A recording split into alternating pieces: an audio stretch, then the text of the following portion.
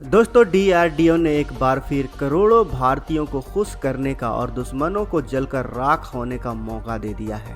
भारत ने ऐसा Trump card इजाद कर लिया है जो हमारे दुश्मनों का डेथ वारंट होने वाला है। वैसे तो ब्रह्मोस 2 में जिरकोन की तकनीक सुनते ही दुश्मनों की पैंट गीली हो गई थी, लेकिन अब 2 महाहथियारों का एक साथ नाम सुनकर उनकी रातों की नींद भी उड़ गई है।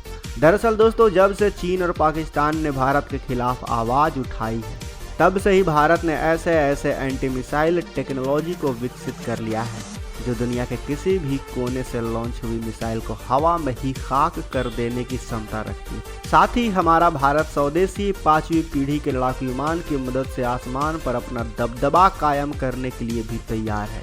वहीं लेजर टेक्नोलॉजी के मामले में भी भारत एक के बाद एक धमाका कर रहा है।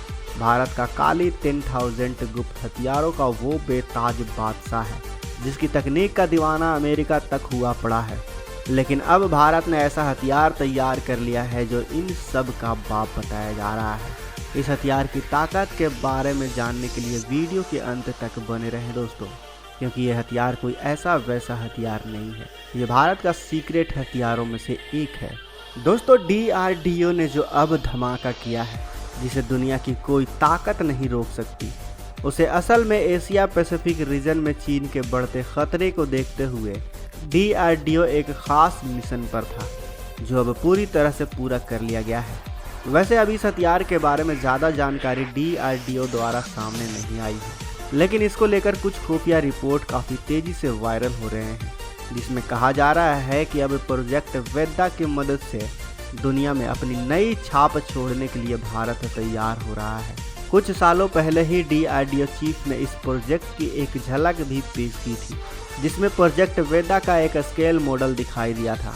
इसने सभी महाशक्तियों का ध्यान भारत की तरफ खींच लिया था। भारत का ड्रीम प्रोजेक्ट वेदा इतना खास और इतना खुफिया है जिसकी ताकत भारत को महाशक्ति बनाने की मादा रखती है। दरअसल दोस्तों, प्रोजेक्ट वेदा एक मोबाइल सैटेलाइट लॉन्च व्हीकल है जो काफ़ी कम समय में आसमान में दुश्मनों के खिलाफ एक बार में सैकड़ों मिलिट्री सैटेलाइट को लॉन्च कर सकता है, जिनका इस्तेमाल कई अलग अलग सैन्य ऑपरेशन में किया जा सकता है। अब आप सोच रहे होंगे कि ये हथियार आखिर इतना घातक कैसे हो सकता है, भारत इसका इस्तेमाल कैसे करने वाला है अपने दुश्मनों के खिलाफ युद्ध के दौरान। लेकिन दोस्तों, उससे पहले ये जानना जरूरी है कि आखिर सैटेलाइट एक देश के लिए कितना ज़रूरी होता है। दरअसल दोस्तों, सैटेलाइट सभी देशों के लिए काफ़ी ज़रूरी एसेट्स होते हैं, क्योंकि इन सैटेलाइट का इस्तेमाल मानव जीवन में अब अहम भूमिका निभा रहे हैं। टीवी देखना, मौसम का हाल, मोबाइल से जीपीएस नेविगेशन, फ़ोन पर बातचीत और अभी आप जो वीडियो देख रहे हैं वो भी एक सैटेलाइट के बदौलत ही हो रहा है। वहीं इन सैटेलाइट का इस्तेमाल कुछ देश दूसरे देशों की निगरानी के लिए भी करते हैं, यानी खुफिया जानकारी एकत्र करने के लिए भी इनका इस्तेमाल किया जाता है। ऐसे में सभी देश युद्ध के वक्त इन सैटेलाइट को नुकसान पहुंचाने की कोशिश करते हैं ताकि अपने दुश्मनों को अंधा बना दिया जाए। कोई भी देश दुश्मन की सैटेलाइट को तबाह करने के लिए ज़्यादातर एसेट यानी एंटी सैटेलाइट मिसाइल का इस्तेमाल करती है, और इस वक्त 4 देश अमेरिका, रूस और चीन और उसके बाद भारत चौथी अंतरिक्ष महाशक्ति बन चुका है। अब भारत और चीन के बीच कुछ सालों से तनाव बना हुआ है, जिसकी वजह से सीमा विवाद है। दरअसल चीन भारत के कुछ इलाकों को अपना बता रहा है और आए दिन उन पर कब्जा करने की कोशिश भी कर रहा है। ऐसे में देखा जाए तो युद्ध के दौरान चीन भारत की सैटेलाइट पर एक के बाद एक हमला कर सकता है ताकि भारत को जासूसी करने और इन्फॉर्मेशन लेने से रोका जा सके, और भारत इस चीज़ को अच्छे से समझ चुका है, इसलिए भारत ने पहले से ही तैयारी कर ली है। अगर चीन युद्ध में भारत के सैटेलाइट पर हमला करता है और भारत की सारी सैटेलाइट को मार गिराता भी है, तो उसी वक्त भारत का प्रोजेक्ट वेदा अपनी असली ताकत दिखाएगा। वेदा कुछ ही मिनटों में लो अर्थ ऑर्बिट में सैटेलाइट को भेजने की ताकत रखता है, यानी इस वेदा की मदद से भारत कुछ ही देर में मिलिट्री सैटेलाइट का जखीरा अंतरिक्ष में खड़ा कर सकता है, जिसके बाद भारत दुश्मनों पर मिसाइलों की बौछार शुरू कर देगा। वेदा को अग्नि 4 मिसाइल के डिज़ाइन पर ही बनाया गया है, जिसकी मारक क्षमता 3500 किलोमीटर है। वेदा एक मोबाइल सिस्टम होने वाला है, यानी हमेशा लॉन्चिंग के लिए तैयार रहेगा।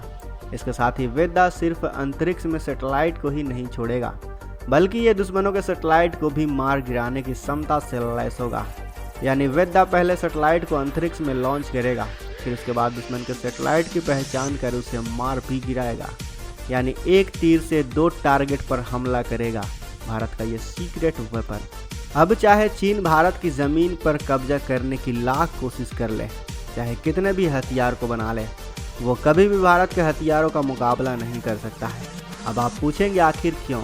तो दोस्तों हम आपको बता दें कि चीन के वैज्ञानिकों ने आज तक जितने भी हथियार बनाए हैं वो किसी न किसी की कॉपी ही है।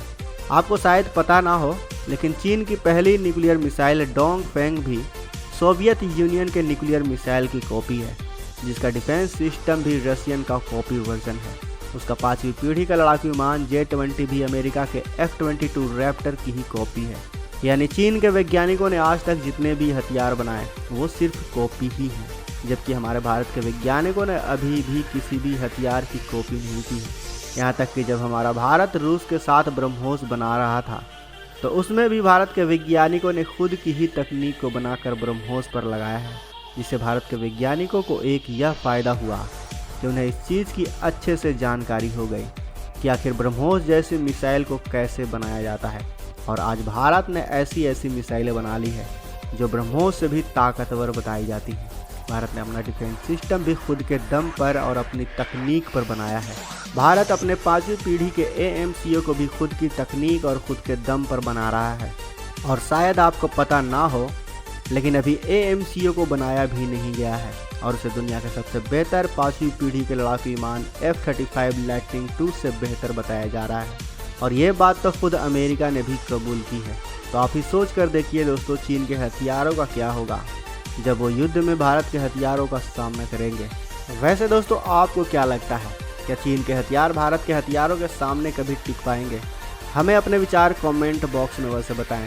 साथ ही वीडियो अच्छी लगी हो तो वीडियो को लाइक करें, अपने दोस्तों के साथ शेयर करें और दोस्तों प्रोजेक्ट वेदा के लिए कमेंट बॉक्स में जय हिंद जरूर लिखें।